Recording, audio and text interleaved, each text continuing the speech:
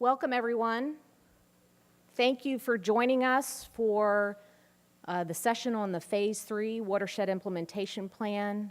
Appreciate you all coming in. We have an aggressive agenda for the next hour, so we're going to go ahead and get started. My name is Jennings. I serve as the Deputy Secretary of Natural Resources and will moderate part of our session.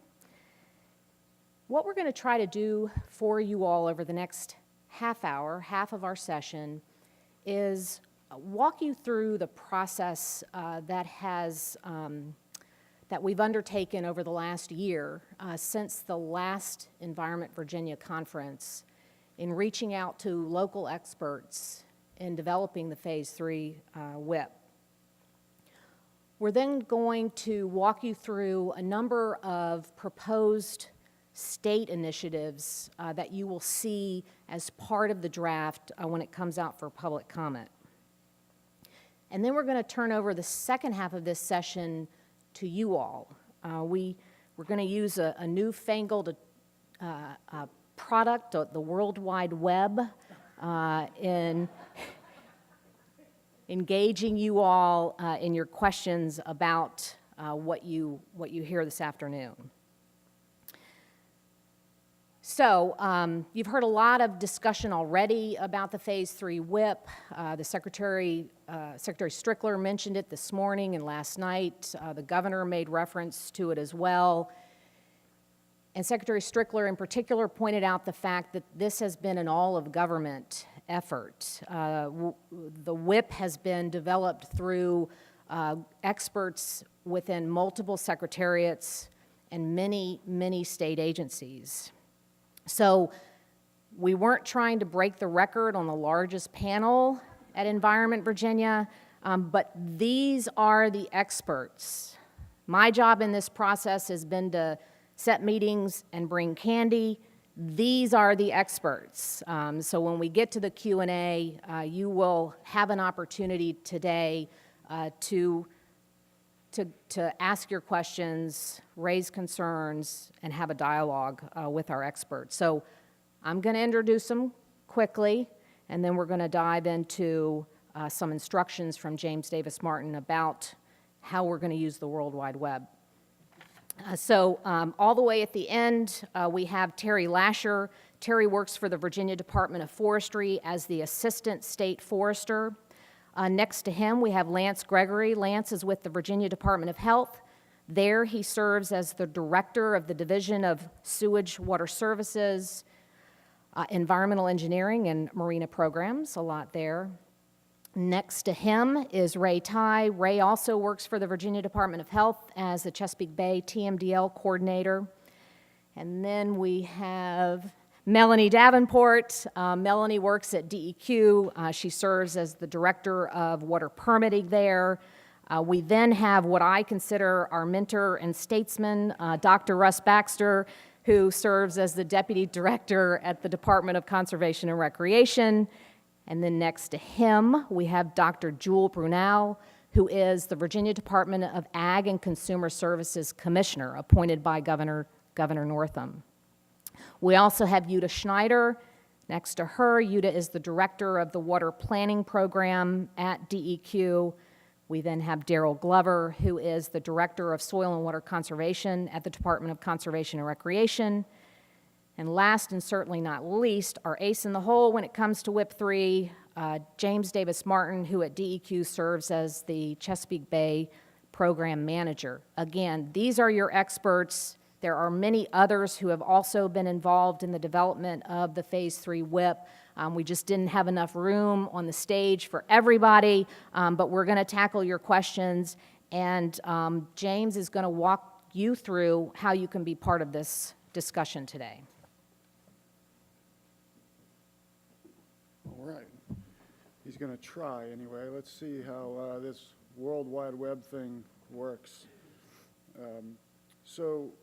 Whoops. Let's do this first.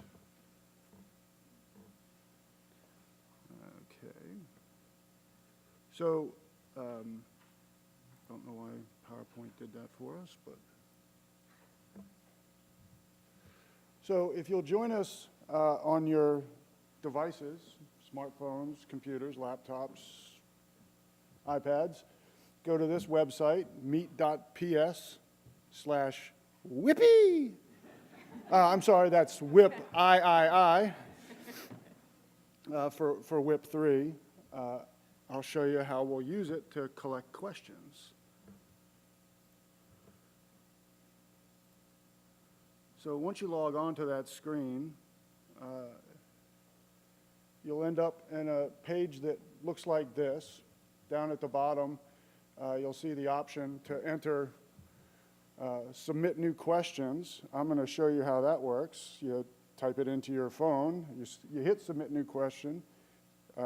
It'll pop up a box in your keypad. You'll enter that, and you submit a new question, and it shows up on the screen. We can also use this tool if you move off of the questions page and click on that next little tab on the bottom labeled polls. It'll pop up a question that we have for you, like this one. What's your favorite bay critter? But you can't use oyster, blue crab, or osprey. Hello. There's not. All you should need is meet.ps/Whippy.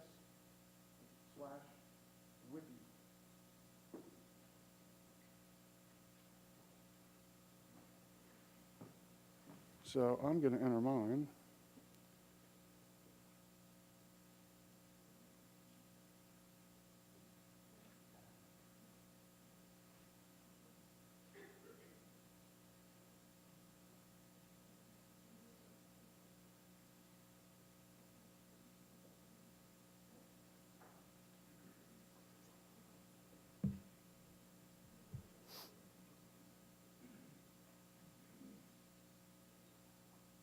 All right. So you get to see how this works. I'm going to try one thing here real quick. See if I can.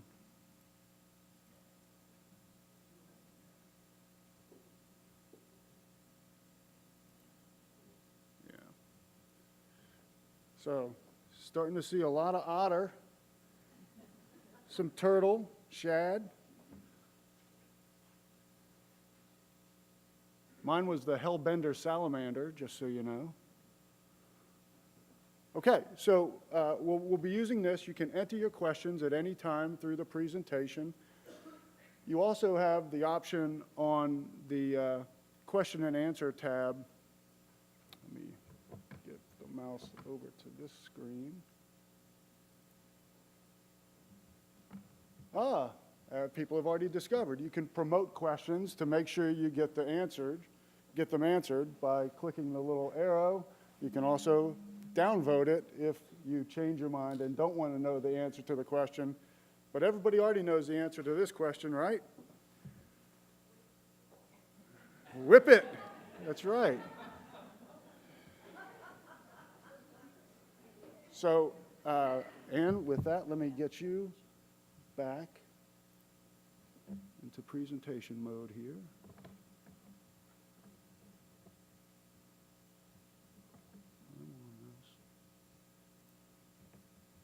Okay.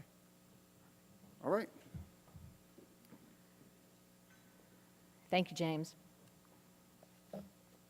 So as we go along, enter your questions, and we'll leave time to tackle as many as we can. All right, so before we dive into the details about the Phase 3 WIP, it's important to reflect on whether or not we've made progress.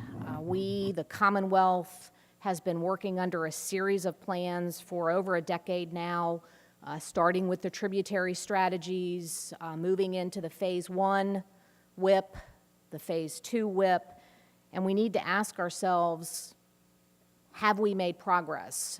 Were those plans effective? And there are 3 lines of evidence that clearly indicate the answer is yes. We'll look first to the modeling output. Many of you know we submit our annual implementation of best management practices to the Environmental Protection Agency, to the Chesapeake Bay program. It's run through a series of models, and we get an indication there of how we're doing. And in 2017, at the midpoint in this process, the Commonwealth achieved its stated commitment of getting 60% of the way there by that midpoint. So that clearly shows we're making progress. If we look at water quality monitoring data itself, this map reflects part of, a very small part of a very large 2018 water quality assessment integrated report that DEQ does every couple of years, an exhaustive evaluation of water quality monitoring data. I would encourage you to download that from DEQ's site and take a look at it. What this shows in the green, we're seeing areas where we're meeting water quality standards. Red areas, not so much. So we still have work to do, but there is progress on the ground. And then the third line of evidence is the resource itself. What are the living resources of the Chesapeake Bay telling us? If we look to underwater grasses, we're over halfway towards our restoration target of 77,500 acres. On the map, as is indicated, there are areas of green, which is good, and then there are areas of red and orange that indicate that there is still work to do. We are making progress under those initial plans, but there is still work to do. So last year, the governor attended the Environment Virginia conference, just as he did this morning, started out or gave us our marching orders, so to speak, in development of and drafting of the Phase 3 WIP. And the governor reflected on what we were learning at the time from DEQ, that our current implementation, while it's allowed for progress, isn't going to get us there. Status quo would not allow us to achieve our goals, so we need to take that into account as we develop this new plan. The governor and Secretary Strickler have laid out very specific goals at the beginning and really throughout this process. You heard Secretary Strickler reflect on a number of these in his remarks this morning. Bottom line, the commitment of the governor to restore the bay, to restore our tributaries, to meet what the Commonwealth has committed to for many, many years now of a 2025 deadline. We are going to factor climate change into this Phase 3 WIP. We want to continue working. It's important that we continue working with local experts in the field. And in particular, at the bottom of that slide, we need to meet EPA's expectations. So EPA laid out their expectations just as they did for Phase 1 and Phase 2 WIPs. A detailed expectations letter came to the jurisdictions in June, and a lot like the prior letters, EPA would like to see in our plan what practices we intend to put on the ground and how we are going to make that happen through program changes, through funding, et cetera. So we're making progress. We still have a lot to do. Status quo isn't going to cut it. We have a governor who is very committed to this issue and has let us know how he wants us to perform in developing this WIP. And so last year, we launched what has been described as an exhaustive effort. Exhaustive is probably the right word. And not just us on the stage, with our partners, we launched an effort to engage local experts and understand from them what can work on the ground. I'll offer also that the Secretary of Natural Resources has chaired through the year his Chesapeake Bay Stakeholders Advisory Group. It's 35 members of every affected stakeholder that you could anticipate being associated with this. We've heard from them, and then we have worked very closely with local soil and water conservation districts and planning district commissions. So now we're going to shift to our panel. I'm going to ask Daryl Glover and Jutta Schneider to talk a little bit about what we've done with the districts and the PDCs. I'm going to stand here and just look good. and run the slides. So Daryl. Thank you, Ann. The Department of Conservation and Recreation held 2 different outreach and engagement efforts last year, which overlapped slightly, and I'll describe each of them. The first one was conducted with both Deputy Secretary Jennings and James Davis Martin and myself. We invited all of the districts with Chesapeake Bay drainage, which is 32 of the 47 in Virginia, to participate in a series of meetings, basically to both explain to them, what was needed in terms of making BMP projections through the year 2025 of what they felt they could accomplish with adequate funding. And then we would run those through various iterations to try to see if we could meet the goals that the ag sector was expected to meet. And they also identified funding and policy needs. And that led into, on the next slide, the second outreach effort, which involved all of the districts throughout the entire state, as well as our other ag partners, such as Virginia Farm Bureau, Agribusiness Council, the Chesapeake Bay Foundation, Chesapeake Bay Commission, et cetera, to give us suggestions on what we could do to the state's agricultural BMP cost share program to increase and accelerate implementation of agricultural BMPs to help us meet these WIP goals. And so we received 190 suggestions from our stakeholders.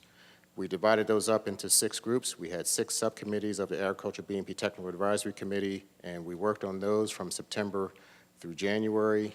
Each of the subcommittees met a couple of times. The full TAC met 4 times during that period of time, and the subcommittees are continuing to meet now, and the TAC will resume again in July. On the left-hand column, what you see are basically the topical areas of the suggestions that we received.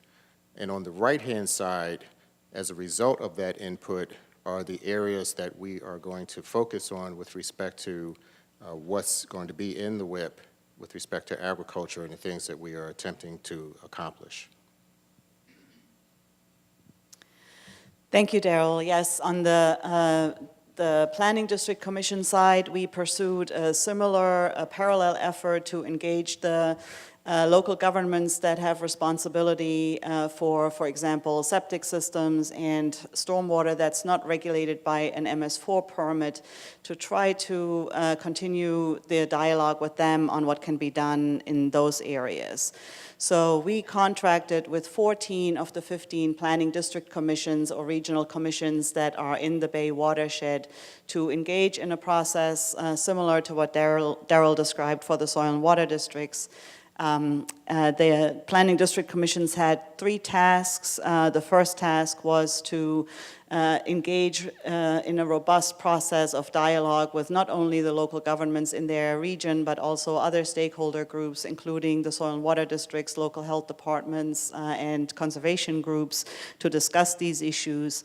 We disseminated to the planning district commissions similar BMP mixes, what's commonly known as the input deck, that had been taken from what was previously submitted under the Phase 2 WIP as a starting point for them to take a look at, is this mix workable? Are those commitments doable by 2025? And we asked the planning district commissions to have that discussion with their stakeholders to make tweaks and adjust as necessary based on their local experiences and capacities. And then thirdly, we asked them to look at those funding needs, capacity needs, and potential authority needs as part of developing programmatic actions that could be recommended to the agencies, to the Commonwealth, and to each other in terms of implementing those BMPs over the next 8 years. This was a very robust process. Each of the PDCs had to engage in at least 3 public meetings, and then they also hosted joint meetings with the soil and water conservation districts to have conversations about potential overlap or synergies that could be gained by the findings of the process. Overall, there were 15 to 35 people that attended each of the meetings at each of the PDCs, so a very robust process. The attendees really ranged from all of those stakeholder groups I mentioned earlier. We had federal facilities, state agencies, local health districts. I think the PDCs can be justifiably proud of the the effort that they engaged in and the results that they got. In addition to the meetings that we had asked for as part of the contract, there was also a lot of individual, one-on-one, small group meetings just to kind of dive a little bit deeper into some of the issues that were identified as part of the dialogue. And I think overall, it really was a very robust process that resulted in a lot of good outputs. We go to the next slide, please. So here is what I've been told is a now outdated tool, namely the word cloud, which shows you some of the recommendations that came out of this process. This particular slide shows the top BMPs that rose to the top of the recommendations that the PDCs submitted back to DEQ for evaluation and testing through the Phase 6B model. You know, the list is not comprehensive by any means. There were a lot of BMPs that were, you know, regionally tweaked, but this is essentially the list that we felt was the most common. And you see there septic systems, stormwater BMPs, stream and shoreline restoration, urban tree plantings, and nutrient management, as well as growth policies. So those were the ones that were most commonly listed and identified as priorities by the PDCs. Next slide, please. On the programmatic action side, again, this is sort of the range of items that were identified. We ultimately compiled a list of over 500 recommendations, so there was definitely a lot of brainstorming and thinking and digging deep for ideas and suggestions that were provided to us as part of this process. Coordination, staff capacity, funding obviously was the biggest one. You heard that this morning from Secretary Strickler. There's definitely a dire need on those in those areas, as well as BMP-specific items like additional research and tracking and reporting.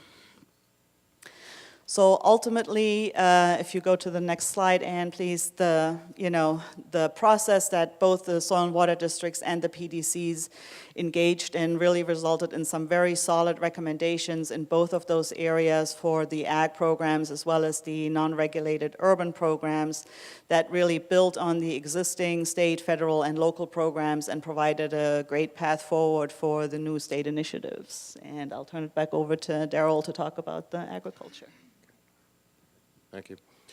So to support the agricultural sector's efforts, there are several policy initiatives that are going to be in the WIP. One is quite obvious, which is to, what has been mentioned, update and fully fund the Ag BMP cost share program, including technical assistance for soil and water conservation districts who implement it. Another is to enhance funding opportunities through the agricultural BMP loan program, which DEQ is restarting, and also to look at how we can provide support to districts who do a lot of tax credits. We're looking at tax credits themselves with respect to agricultural BMPs and also agricultural conservation equipment in order to increase those tax credit limits. We are still working through that issue. A third is to develop a long-term marketing plan for those farms that participate in our resource management plan program. A resource management plan basically is a conservation plan that if you voluntarily decide to have one, requires you to do certain BMPs in order to achieve a certain environmental standard. And we feel that with the growing interest by a significant sector of the public in purchasing from companies that are environmentally responsible, that a marketing plan to promote those farms would be helpful. Fourth is to engage coordination among state and federal agencies that assist farmers, and that's to get at the fact that a number of farmers are implementing conservation, but they're doing it out of their own pockets, and so they're not participating in state or federal cost share or tax credit programs, and therefore we do not have access to that information and we cannot get credit for it from the Chesapeake Bay program. Another is to seek 85% implementation of nutrient management plans on cropland. And we are actually going to get started on that almost immediately in FY20 through additional contracts with the private sector to get additional nutrient management plans written and verified. Another is to continue to seek livestock stream exclusion on perennial streams. Over the last 6 years, the Commonwealth With the investment that the General Assembly just passed into the FY20 budget of $5.8 million, we'll have invested $101 million over the last 6 years to exclude livestock from streams across the state, and this is going to result in roughly 2,500 practices across the state and over 9.5 million linear feet of stream banks protected. Another is to promote adequate land area for horses consistent with cooperative extension recommendations. For the past couple of years, DCR and cooperative extension have been putting on educational workshops for suburban horse owners called Healthy Land for Healthy Horses. Now we're moving toward the next phase, and actually a 7th subcommittee of the TAC has been formed called the Equine Work Group to propose a separate financial assistance program and some standards that would be required to participate in that program, which would include the number of horses that's appropriate for you to have, because we see through local ordinances across the state anything from 1 horse per acre to 7 horses per acre, and when you have high density of horses, there really is no conservation measures you can use that would address that. And then finally, to increase grass and forested buffers, both through the Conservation Reserve Enhancement Program, which is a federal-state partnership, we are proposing to increase the state match from 25% to 35%, which with the 50% federal portion would be an 85% reimbursement on applicable practices. The General Assembly has adopted into the FY20 budget a record amount of funding for CREP, both inside and outside of the Bay.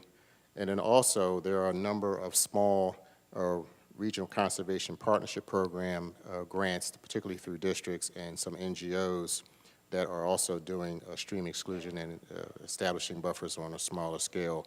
And DCR will continue to provide a match for those grants as appropriate. Thanks, Darrell.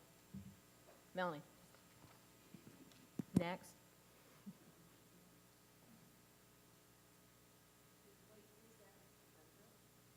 Is it on? Great, Perfect. thanks.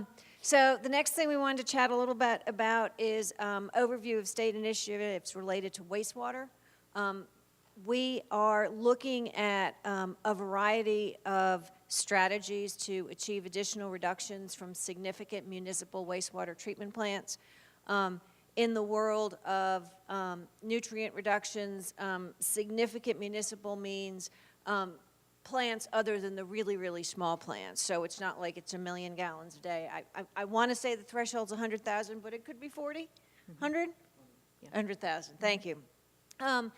And we all recognize when you look at the data that we have in terms of the accomplishments that we've made so far in implementing the Bay TMDL, that the point sources have really stepped up and they have made significant reductions across the board. But we are looking at how can we achieve some additional reductions. And we're looking at a host of opportunities, and maybe it ends up being a combination.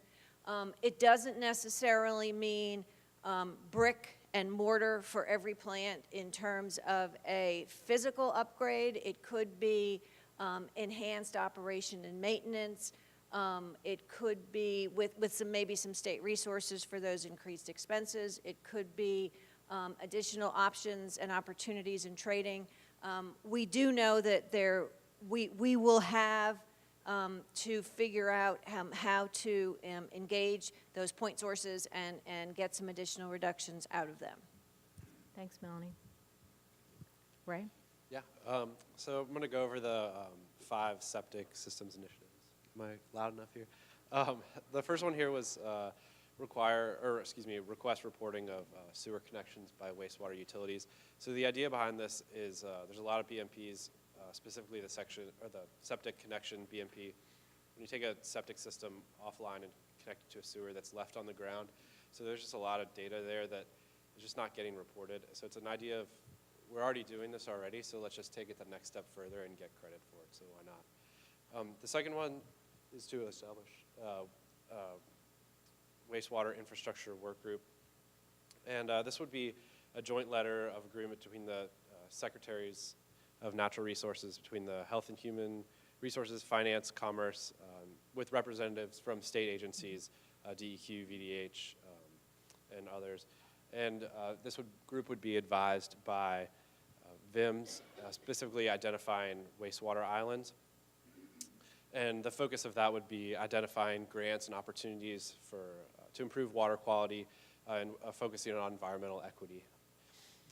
The third one is pilot shifting oversight of septic maintenance from local governments to Virginia Department of Health.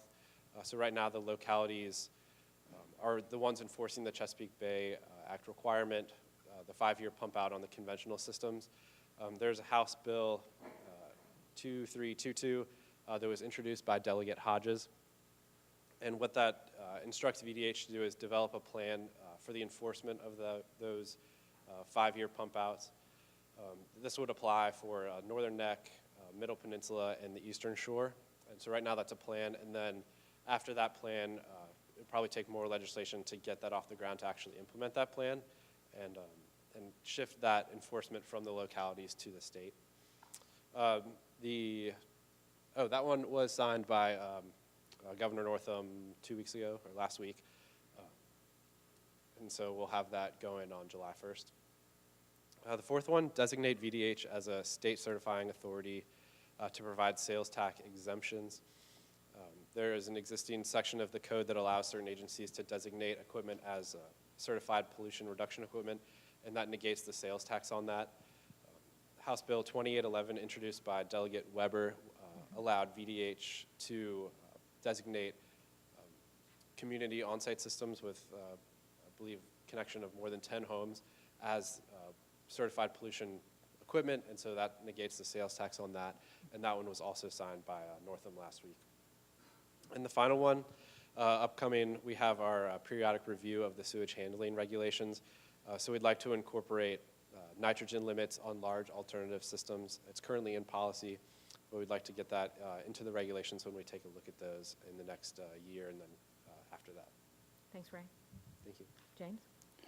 So I'm going to cover some of the ideas for developed lands.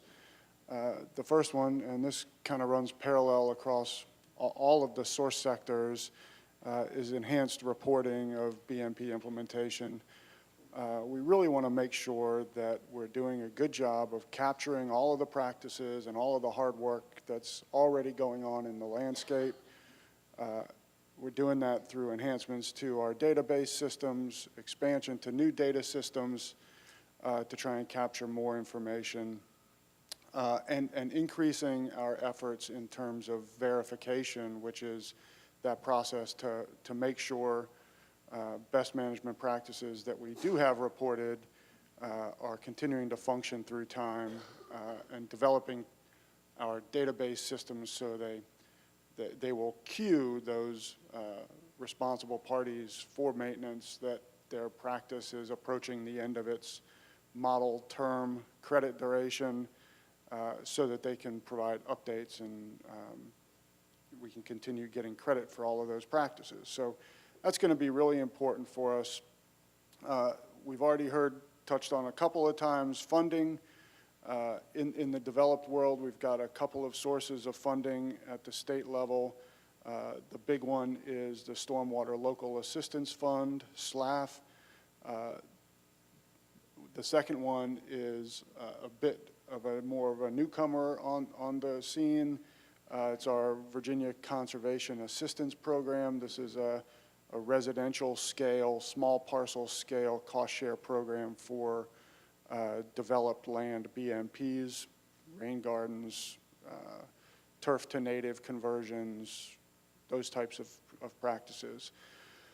But important in having sufficient funding is identifying how much funding is needed. So one of the important steps that we're going to be taking, very much like what's already done in the agriculture sector, where they develop a needs assessment for agricultural BMP implementation, we're going to be developing a similar needs assessment for these urban cost share programs and grant programs.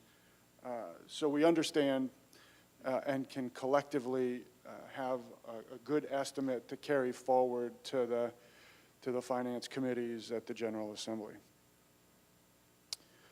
The next several bullets all address a key BMP for the urban sector, and that is urban nutrient management. Oh, I'm sorry, I skipped one. The next one is establishing a long-term partnership with PDCs. As was mentioned, we used and worked with the planning district commissions as a conduit to facilitate engagement of local governments and other stakeholders in this WIP 3 development process. Our intent is to continue that relationship through a long-term funding arrangement with those planning district commissions to continue engagement and make sure we can drive this plan forward to implementation. Now the next ones deal with nutrient management. The first is the Healthy Virginia Lawns program, which is implemented by the Virginia Cooperative Extension, along with the Master Gardeners of Virginia and Master Naturalists. They will come out and meet with property owners and help write a nutrient management plan for them. We want to continue to expand the work, good work of that program.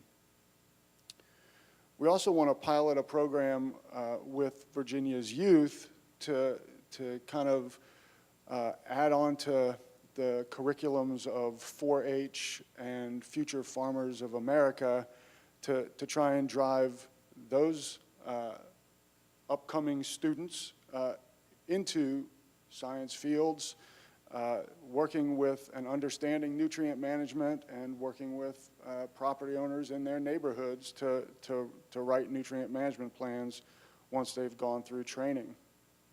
It's also kind of a vocational training curriculum at the same time, preparing the youth for potential jobs in state government, in certified fertilizer applicator status, urban or agricultural nutrient management plan writing, can all be follow-on certifications and qualifications that these groups can achieve. Enhancing the VETA certified fertilizer applicator program is also on the list. Already we have regulations that require these certified fertilizer applicators in the urban setting, you know, ChemLawn, True Green, those types of folks have to be certified through VETA, and those that have more than 100 acres of turf under management have to report their information to VETA. But we haven't been able to count all of that data at this point toward our nutrient management credits because we haven't had staffing at VETA sufficient to verify that in fact those fertilizer applications are happening consistent with the training through the certification program. There's also going to be several other efforts to promote proper use of lawn fertilizer, I guess building on the legislation that banned phosphorus in our lawn maintenance fertilizers. And then finally, Terry may want to touch on this in more detail, but enhancing the Department of Forestry's presence in our urban centers, trying to drive broader implementation of tree canopy goals, riparian buffer plantings in urban settings, and other community engagement efforts around urban forestry. Great, thank you. I've been looking at your questions. Thank you all for participating in that aspect of this session, and I'll just touch on briefly a number of other initiatives that impact not one particular sector, but multiple sectors. Secretary Strickler referred to the carbon trading regs this morning in his remarks, and we will have an opportunity to achieve additional nitrogen reductions through that and are working with EPA to assess or quantify that reduction. We've also worked with EPA to quantify NOx reductions from the settlement agreement we have regarding Volkswagen and how we're spending out those dollars. Secretary Strickler and Governor Northam mentioned the Coastal Resilience Master Plan, which is part of EO 24. There's a lot of opportunity for synergy between that plan and this WIP, so that's a part of it as well. We heard very clearly from the PDCs and local governments, their expectation is for the state to look at its own lands, so we would envision embedding a state WIP within the broader WIP, or a state lands WIP, I should say. We heard also from the PDCs, several of them recommended extension of the Chesapeake Bay Preservation Act, so we will look to put together a work group to address that issue. There's also an opportunity, we hope, through our APHID grants. This was one specific recommendation that came out of an interaction with farmers that was organized by the Virginia Farm Bureau of, supporting nurseries that grow native plants for all the needs associated with stormwater. We also want to build up our oyster aquaculture industry, and we certainly do not want to miss the great work that the Department of Forestry has done with the Rappahannock River Basin Commission on their Healthy Watershed Initiative, which is now in its Phase 3. Envision that as part of the Phase 3 WIP. So those are the initiatives. A lot to cover in a short amount of time. Thank you for engaging through your smartphone or your laptop. As I said, I was really just here to click slides and, schedule a meeting. These are your experts who can tackle your questions. And with that, I'm going to turn it over to our ace in the hole, James Davis Martin. Thank you. So we do want to receive your questions and answers. Please continue using the Meeting Pulse site to do that. For those that might have joined late, there's the address you use, meet.ps/Whippy. That's WHIP and 3 I's. Ann, I think actually the first question might be a good one for you. As the effects of climate change are becoming more substantial, how has that changed the way the WHIP is assessed?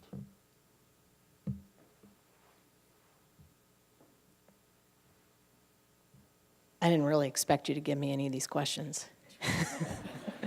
Didn't want you to feel left out. Thanks a lot, slides. James.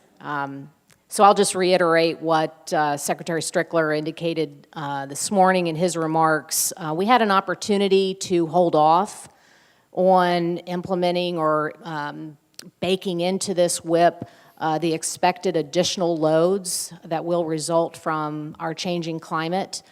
We had an opportunity, EPA has given the jurisdictions the opportunity to hold off until 2022, and the Secretary, really with some direction we had early on from Director Paler, recognized that if we wait until 2022, we know we have an additional load of 1.7 million pounds of nitrogen, we're not going to get there.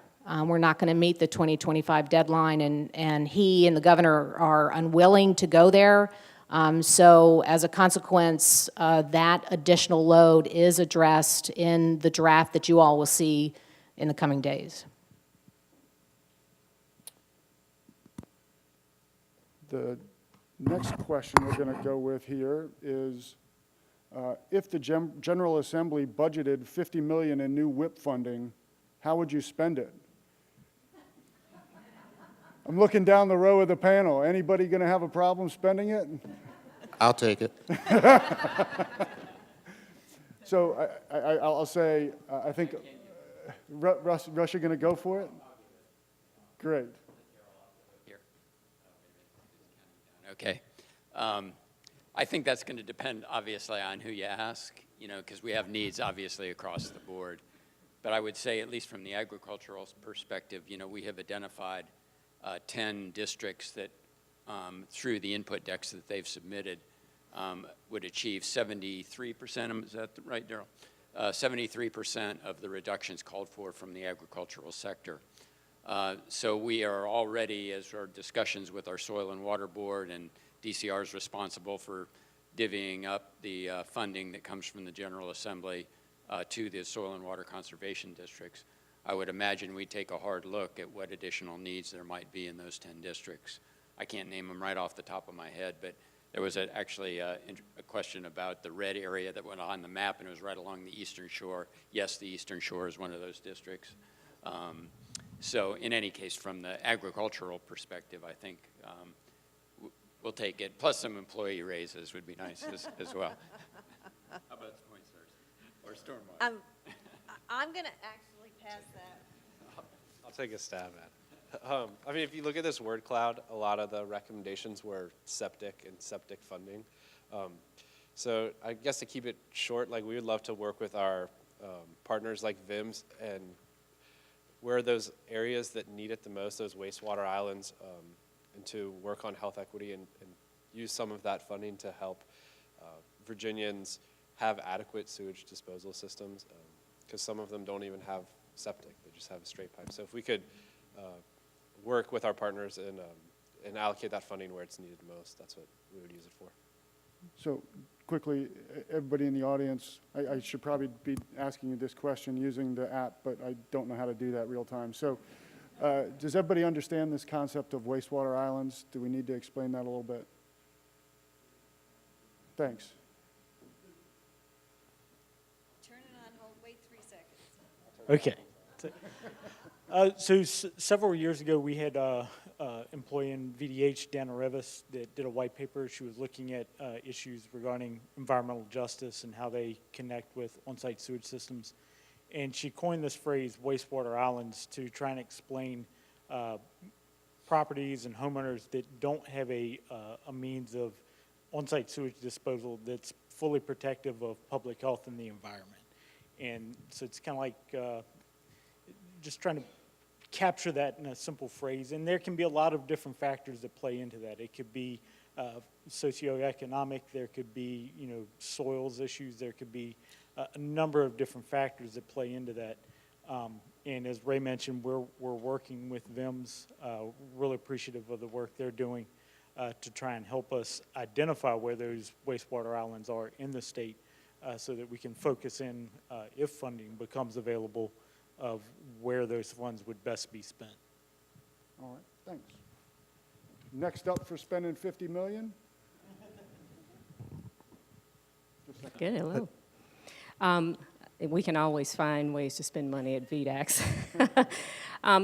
VETA has a responsibility for ensuring that the registration requirements and that fertilizer labels are branded correctly. And in terms of the work with contract applicators for application to non-ag lands, the oversight of that program currently, we have 5 people who cover the entire state, and it's not enough now. And as we look at new ways to audit and verify the application of those pesticides, we need significantly more people. We've had some discussions in terms of the number of FTEs and things that we need to provide oversight to make sure that we're capturing those good practices and we're auditing those records effectively. And so there's a couple of 100,000 and about 4 or 5 FTEs that we would need at VETA in order to really provide the oversight that has been included in the WIP 3. Okay, at the Department of Forestry, I believe we would probably try to increase some of our capacity. We're an agency that's authorized at about 248 staff employees, which is a relatively small agency. Currently, I think we have somewhere around 232. Our biggest thing is we have great programs, we have great people. It's increasing the capacity to do more with the current programs and things that we have. Obviously, we will always search out new strategies and strategic initiatives to try to find different ways to assist and to help and to do different things for water quality as well as our working landscapes. But we're at one of those places. I think you heard Secretary Ring yesterday say that we are now at 180, just for an example, 180 easements at about just over 58,000 acres in the Commonwealth. And we really focus those easements on having working landscapes. That department is currently 4 individuals. So we really look at, we do a lot of partnership and reaching out within our own agency, but across the board to the many different agencies that you see here at this table. But we could certainly use some capacity increase. Thanks, Terry. Any other takers? Just not to leave the, Everybody the counting by water 50s, right? quality, the water quality programs, at DEQ out of the mix, I mean, we obviously have been looking very hard at the capacities that we have, and, some of the suggestions that are, on the list will definitely require additional capacities, and just as the VDH folks up here mentioned, the need for additional SLAF funding, for VCAP funding, which are, programs that we spend quite a bit of our grant funding and state funding for. Those could all definitely be needing additional funds, and I don't think 50 million would go very far either with some of those, so. Right. In fact, SLAF, as we heard this morning, was requested in the governor's budget at 50 million and was funded at 10. So that'll chew up 40 of it right there. And Jutta and Melanie, I guess maybe this next question is for you. Jutta, I think you might have started touching on it. Many people have noticed that DEQ is short-staffed, et cetera, et cetera. Is there a plan to rectify the staffing issue? 50 million? Yeah, exactly. So I don't mean to be flip. I have worked at DEQ since, or the precursor agency, State Water Control Board, since the mid-'80s. I love what I do. I love the agency I work for. And I would recommend it as just a fabulous place for anybody to work. Having said that, I really think there's three things that may be influencing what whoever wrote this question has observed. I think first of it is certainly decreasing general fund dollars. I think Dave Paler said 32 million we've lost since 2000, maybe even, which means our maximum employment level has dropped. It used to be a little bit over 1,000, and we're around 730 right now. So yes, we are suffering from general fund budget cuts, and we make up some of our dollars with permit fees, but those permit fees are capped either by the General Assembly, or sometimes they are capped in a regulatory development process. So it's not like we can wave our magic wand and say, hey, this is what it costs to issue this kind of permit, this is what we're going to charge. I think that another challenge is sort of related to that, but it's the very economic reality that state jobs don't pay nearly as well as counterpart positions in private sector or even the federal government. We have an office in Woodbridge, a regional office in Woodbridge, and it is simply a conduit to employees who go to the federal government and get much better remuneration packages, both pay and benefits. The other thing that I think is part of it too is that we have evolved into an agency that does a lot of really complicated work, whether it's technical, whether it's statistical, whether it's regulatory and legal. And so in my particular division, where I see we run into bottlenecks on getting work done, is it's work that needs a certain level of sophistication. So it's really hard. The kinds of folks that come in right out of college certainly have an important role, and there's a number of positions they fill, but it gets to a point where you have to have some experience and you have to have worked through stuff, and that, of course, goes into the 30% of our agency that is available for retirement. So it's really a combination of things. It isn't certainly that we like to be short-staffed.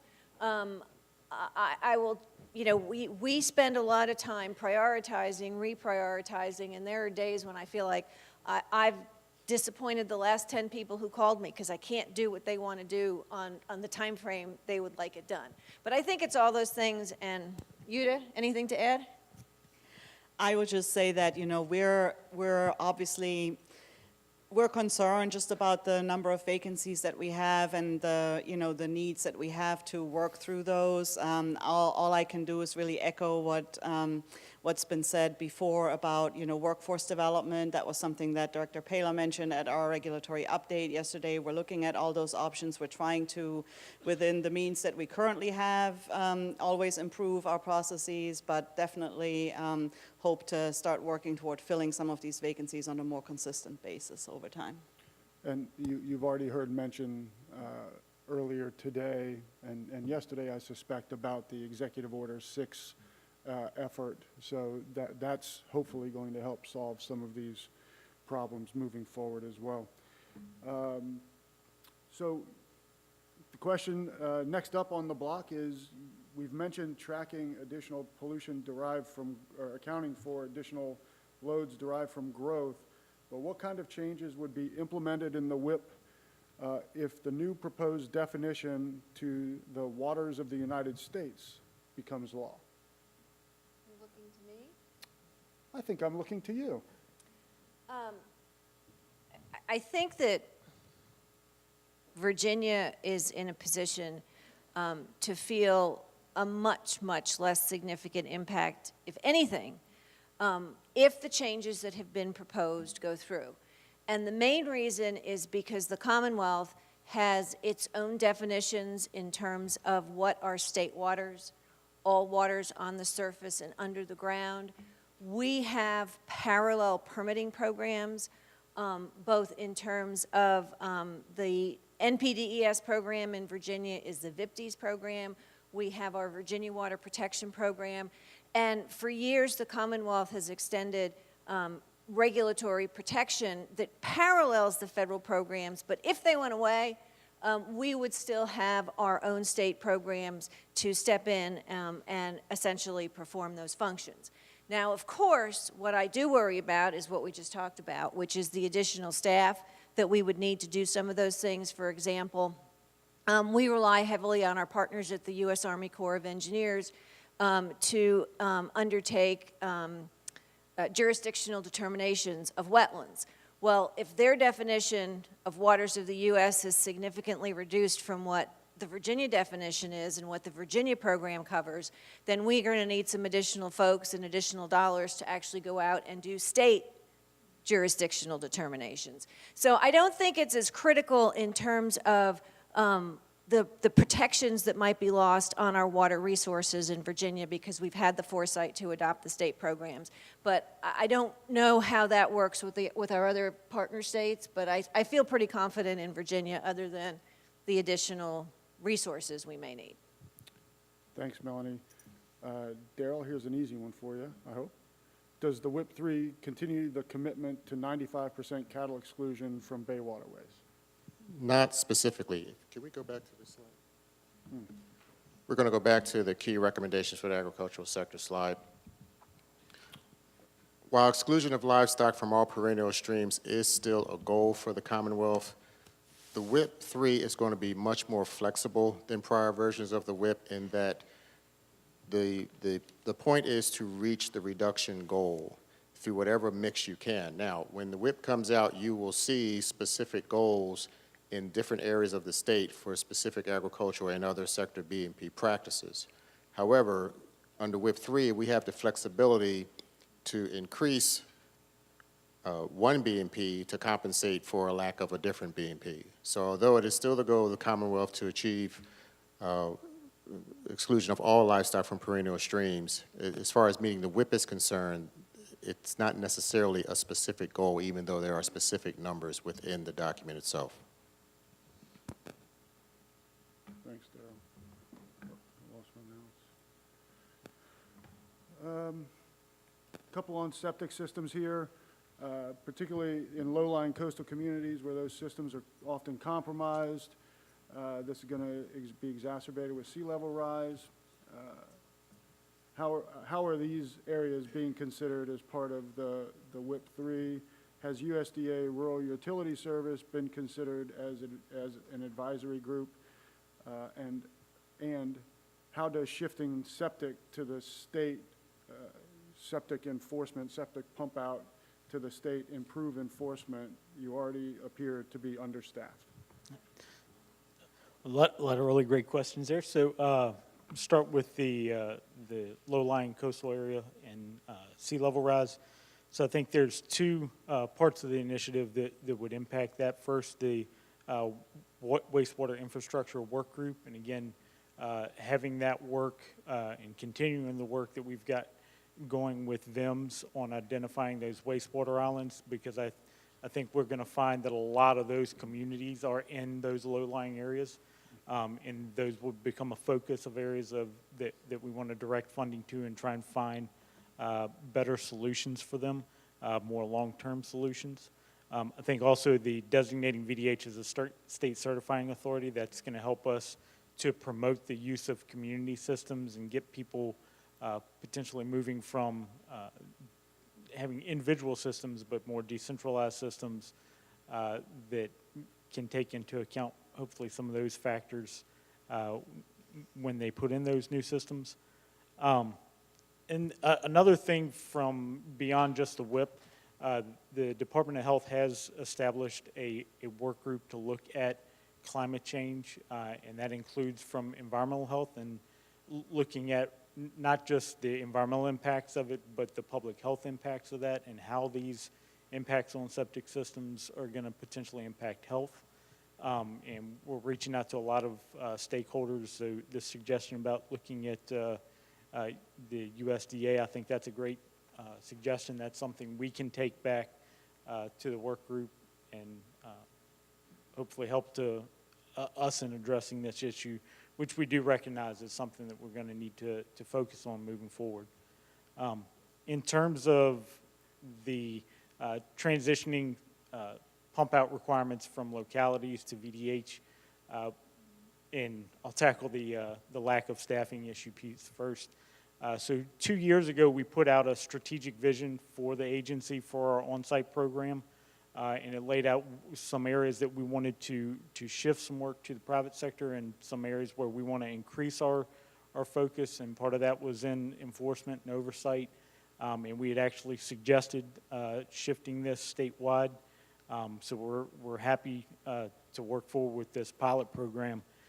I think it makes a lot of sense. We do all of the septic system programs statewide outside of this pump out program. All the permitting, the data management, everything is done within VDH, so I think it does make a lot of sense.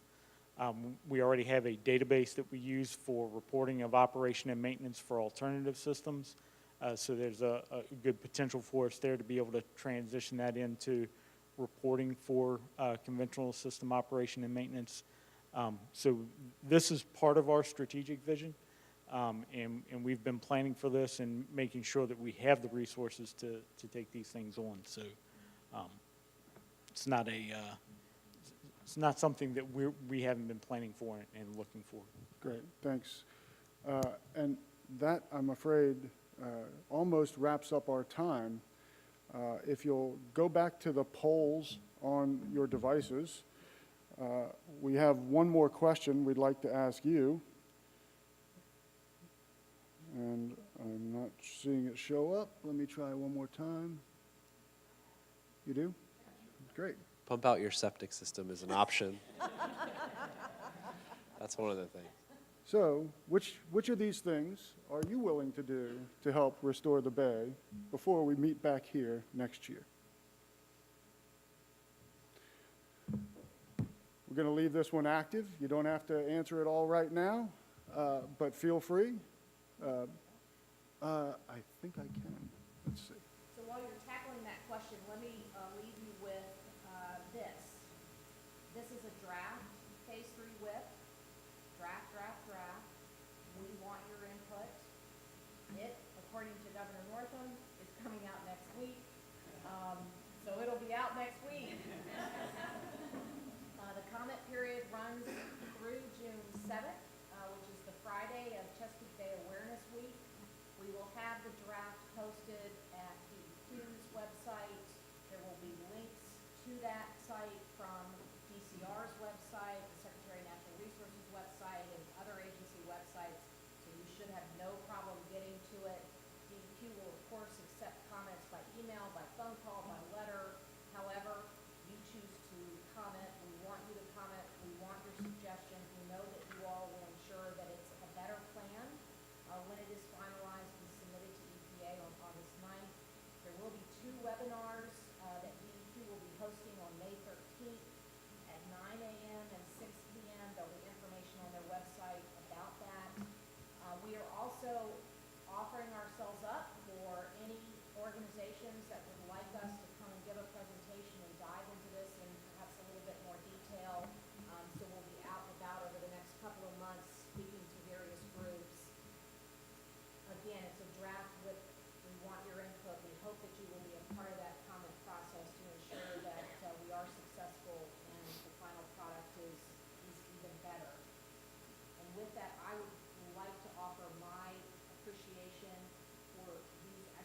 2 other